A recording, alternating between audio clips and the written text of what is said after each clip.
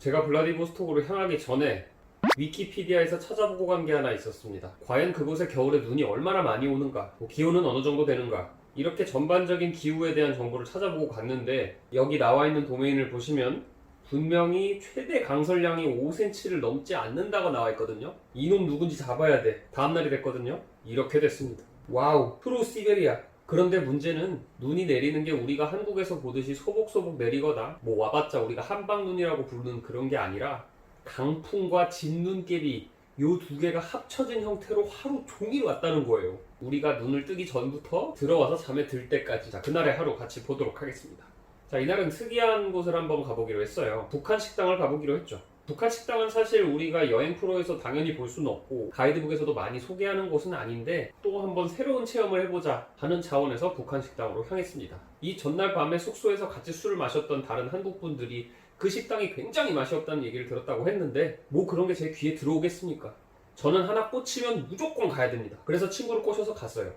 그런데 가는 이 길이 보통이 아니었어요. 이 사진 보세요. 얼마나 눈이 많이 왔는지.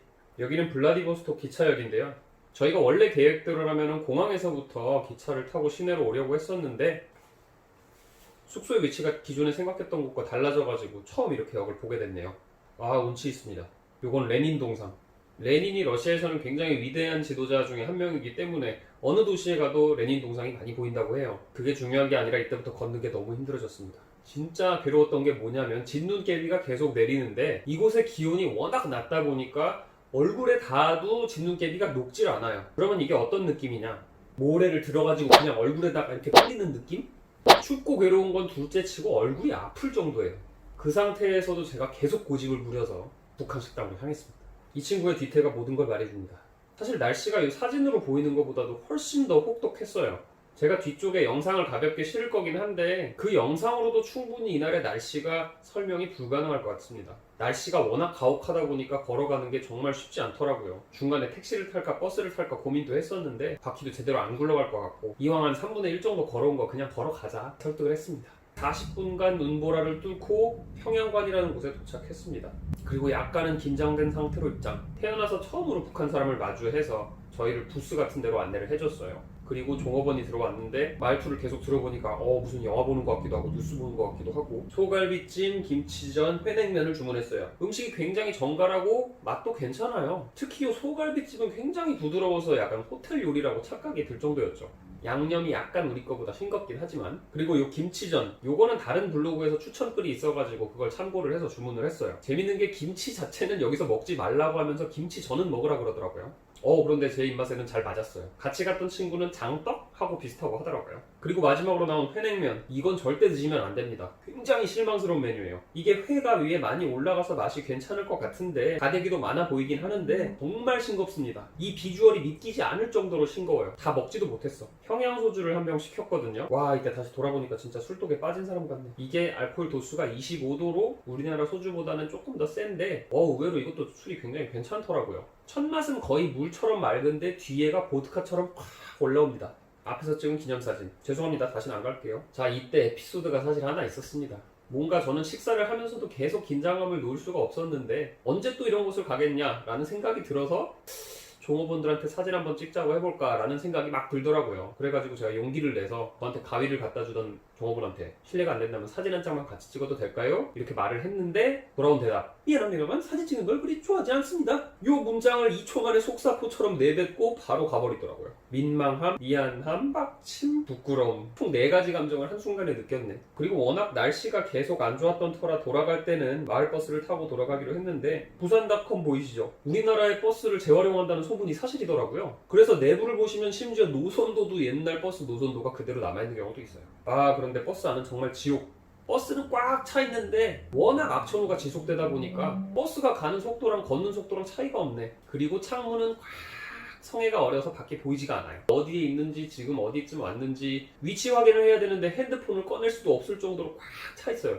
한참쯤 가서 지금쯤이면 도착했겠다 라는 생각이 들 때 버스에서 내렸는데 여전히 절반이 남아있더라고요. 이때 여행을 같이 갔던 친구가 나중에 저한테 했던 얘기가 3박 4일 내내 사실 되게 즐거웠는데 그 순간에만 저한테 굉장히 빡쳤었다고 하더라고요. 버스를 내린 지점이 기차역 근처라서 사진 찍을 겸 역사로 다가가 봤습니다. 그림 괜찮죠? 눈까지 이렇게 오니까 굉장히 러시아스러운 느낌이 가슴이 이렇게 풍기는. 자, 그리고 이때 날씨를 맛볼 수 있는 영상 잠깐 보고 갈게요. 이랬습니다.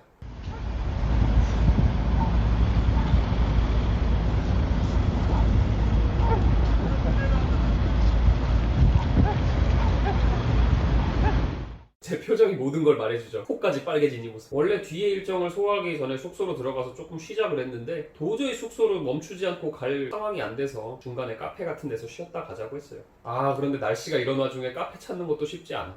온통 하얘가지고 어디가 식당이고 어디가 카페인지. 그러다가 정말 우연히 며칠 전에 봤었던 로딩 커피의 체인점을 발견했습니다. 해저커피라고 부르는 그 가게, 블라디보스톡의 스타벅스라고 부르는 그 가게, 그 조그만 지점이 있어서 거기서 머물러기로 들어갔죠. 아, 이때 기억 얼마나 안락했는지 모르겠어요. 상상 한번 해보세요. 영하 20도에 육박하는 와중에 강풍과 진눈깨비가 몰아치는 와중에 밖에를 20분 가까이 걷다가 카페에 들어간 그 느낌. 컵 보시면 제가 왜 블라디보스톡의 스타벅스를 불렀는지 아시겠죠? 매장이 되게 특이했어요. 매장 전체의 사진을 찍은 건 아니지만 매장 느낌 자체가 이 사진에서 보이는 게 전부입니다. 이렇게 2명만 앉을 수 있는 테이블만 띄엄띄엄해서 한 6개 있었나? 그래서 재밌는 게 모르는 사람들끼리 마주보고 앉아서 커피 마시기도 하더라고. 카운터도 굉장히 협소하고. 그런데 약간의 미니멀리즘이라고 할까? 이 프랜차이즈 느낌 괜찮았어요. 여기서는 핫초코를 드셔보시기를 추천합니다. 그런데 컵홀더가 없는 건 함정. 불러 뜨거움. 그리고 숙소로 돌아가기 전에 이제 체력도 조금 회복을 했겠다. 어제 갔던 해양공원에 있던 그 가게에서 딱새우를 조금 사보기로 했어요. 곰새우인가? 다시 아르바트 거리를 지나는 중. 날씨는 여전히 변함없음. 자, 여기가 어제 왔던 해양공원이에요. 이게 믿겨지십니까? 어제 그 꽁꽁 얼어있던 바다 거긴데 바다가 얼어있으니까 그 위에 눈이 그대로 쌓이는 거야. 어디가 바다고 어디가 땅인지 알 수 없을 정도가 돼버렸죠. 해안선이 어딘지조차도 파악이 안 되는 그런 상황. 자, 사진으로 봤을 땐 참 아름답죠. 다만 같이 간 친구가 왜 이렇게 모자를 뒤집었어야 했을지 한번 생각해보시면 얼마나 가혹한 날씨였을지 약간 감이 오실 겁니다. 자, 그리고 영상 한번 보시고 갈까요? 강풍과 녹지 않는 진눈깨비의 콜라보.